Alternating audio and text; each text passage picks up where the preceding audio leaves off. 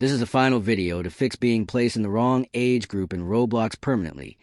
And if you've been stuck seeing the wrong content or restrictions, you know how frustrating it can be. So are you facing this problem right now? The reason this happens is Roblox sometimes misreads your account information or applies age defaults when there's a mismatch. And most solutions you'll find on YouTube or social media are long, confusing, and require multiple steps that don't always work. But today on Rexish, I'll show you a simple trick that fixes it for good in just a few clicks without touching complicated settings. All you need to do is verify your account details correctly and adjust your birth date settings in a secure way that Roblox accepts. This method ensures the platform recognizes your true age and places you in the right group permanently.